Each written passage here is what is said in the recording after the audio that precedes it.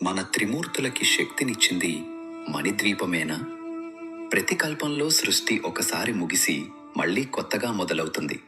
ఈ కొత్త కల్పాన్ని ముందుకు నడిపించడానికి త్రిమూర్తులకి మళ్ళీ శక్తి అవసరమైంది. అప్పుడే ఒక దివ్య విమానం వారిని తీసుకెళ్లి మణిద్వీపం చేరుస్తుంది. రత్నమణులతో నిర్మితమైన ద్వీపం సర్వలోకాలకు పైన ఉంటుంది. చుట్టూ అమృత సుధాసాగరం. ఆ ద్వీపం మధ్యలో అత్యంత ప్రకాశవంతమైన ప్రదేశం చింతామణి గృహం. చింతామణి అంటే చింతలను దూరం చేసి కోరుకున్న దాన్ని ప్రసాదించే దివ్యరత్నం. లక్షల చింతామణులతో నిర్మితమైన ఆ గృహం తేజస్సు ఊహకందదు. అందులో శ్రీలలిత త్రిపురసుందరి దేవి కొలువై ఉంటుంది.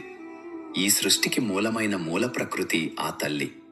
త్రిమూర్తులు ఆమెను దర్శించిన క్షణంలో ఆ తల్లి కాలిగోళ్లలో అనంతకోటి బ్రహ్మాండాలు ప్రతిబింబించడం చూసి తాము చేస్తున్న సృష్టి స్థితి లయలు ఆమె సంకల్పంలో ఒక భాగమే అని గ్రహిస్తారు.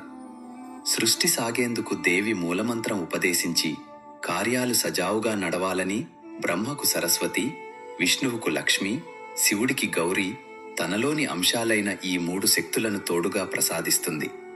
ఆ అనుగ్రహంతో త్రిమూర్తులు తిరిగి వచ్చి సృష్టి స్థితి లయలను ప్రారంభిస్తారు అని దేవీ భాగవతం చెబుతుంది. ఓం శ్రీ మాత్రే నమః. మన